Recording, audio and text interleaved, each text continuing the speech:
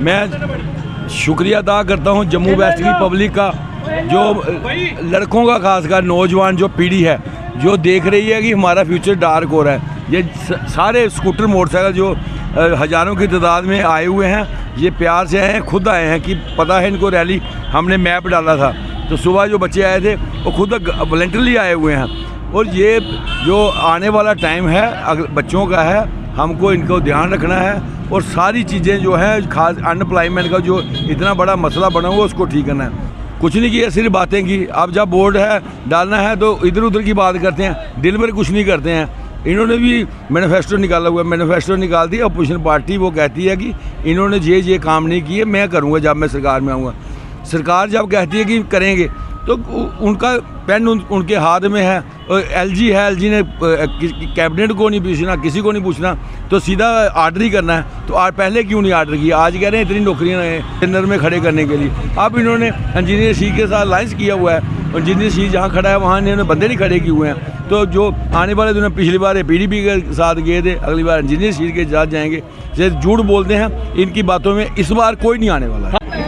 तो ठाकुर मनमोहन सिंह जी हमारे साथ है, जम्मू वेस्ट के कांग्रेस के कैंडिडेट। ठाकुर साहब, बड़ी कोशिशें कर ली, स्टार प्रचारक भी बुला लिए, लेकिन इतना हजूम नहीं इकट्ठा कर पाए, क्या कुछ कहोगे?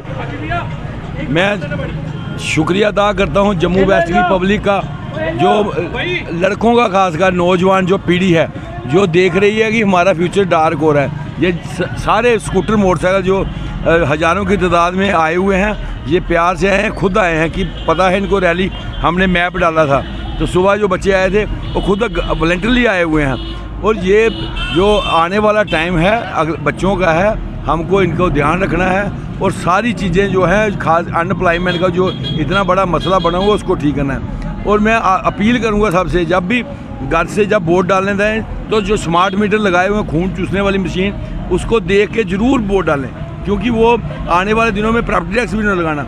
इतने टैक्स पे टैक्स ये बीजेपी ने लगाए हैं, तो ये सारे जो ठीक करने हैं। जैसे पंजाब में, दिल्ली में हर जगह 300 यूनिट बिजली मिलती है, वो इधर भी मिलेगी, पक्का मिलेगी।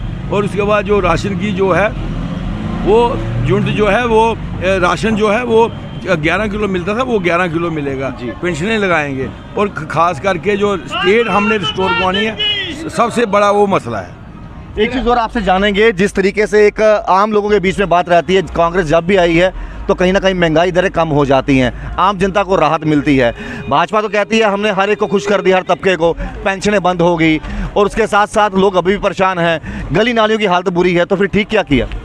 कुछ नहीं किया, सिर्फ बातें की। अब जब बोर्ड है डालना है तो इधर उधर की बात करते हैं, दिल में कुछ नहीं करते हैं।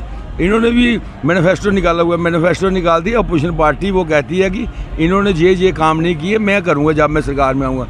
सरकार जब कहती है कि करेंगे तो उनका पेन उनके हाथ में है। और एलजी है, एलजी ने कैबिनेट को नहीं पूछना, किसी को नहीं पूछना, तो सीधा आर्डर ही करना है। तो पहले क्यों नहीं आर्डर किया? आज कह रहे हैं इतनी नौकरियां तो लगा देनी थी, 6 महीने पहले लगाने देनी चाहिए थी। जो बिजली के अगर सपोज करो कम देना है उन्होंने कुछ रिलीफ, तो पहले दे देना था मीटर का, क्यों फिर मीटर लगाए?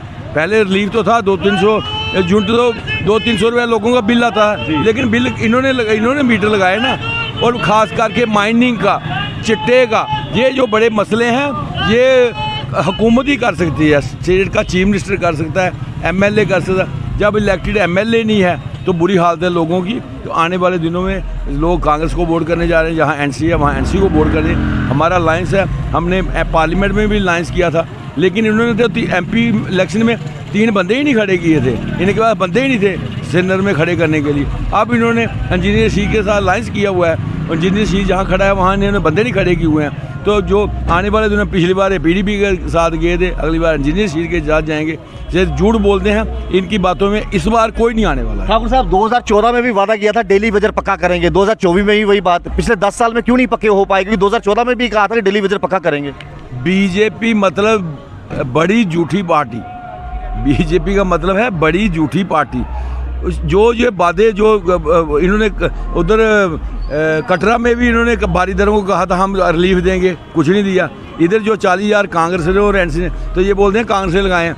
कांग्रेस में दम था, उन्होंने 50,000 मुलाजिम लगाया हुआ है जो डेली वेज लगाया हुआ है। आने वाली है सरकार 10 दिन के बाद, सबको पक्का करेंगे। भाजपा कहती है 50 के पार, क्या लगता है 8 तारीख को पता चल जाएगा कौन कितने पार? 0 एक काट लो, पहले भी 400 कहते थे तो 200 वो 0 एक काट लेना। 0 काट ले। तो कह रहे ठाकुर मनमोहन सिंह जो कांग्रेस के जम्मू वेस्ट के कैंडिडेट हैं, और कहा कि देखिए जी भाजपा सपने ले रही है 50 पार के, लेकिन एक 0 काट लो, 5 सीटें जो है वो भाजपा की आने वाली है। और कहा कि भाजपा जो है वो झूठे वादे बंदों से करती है, आम पब्लिक से करती है, और ये कहीं ना कहीं आम जनता समझ चुकी है। तो एक जन सैलाब जो है आपको नजर आएगा। ठाकुर मनमोहन सिंह जी की बात करें, एक बड़ा जन सैलाब जो है वो नजर आ रहा है। तस्वीरें आप देखें, जहाँ तक नजर आप दौड़ा सकते हो वहाँ तक एक बड़ा हजूम पब्लिक का देखने को मिल रहा है। और हालांकि जैसे पहले भी इन्होंने कहा कि देखिए आप जहां तक नजर दौड़ाएंगे 1 किलोमीटर तक लोग जो है वो पहुंचे हुए हैं, और वाकई ही यहां पर बड़े कम नेता ऐसे हैं लोकप्रिय जिनके लिए हजूम निकलता है। और ठाकुर मनमोहन सिंह जी ने साफ कह दिया कि देखिए जी हमें भारतीय जनता पार्टी की तरह झूठ बोलना नहीं आता, हम बोलते हैं, हम करके बताएंगे। और इस बार आम जनता ने मन बना लिया है कि वो कांग्रेस को मौका देगी, और आने वाली सरकार जो है वो कांग्रेस और नेशनल कॉन्फ्रेंस की होगी। आम जनता अपनी राय जरूर दीजिएगा। देखते चैनल राहुल खत्री, नमस्कार।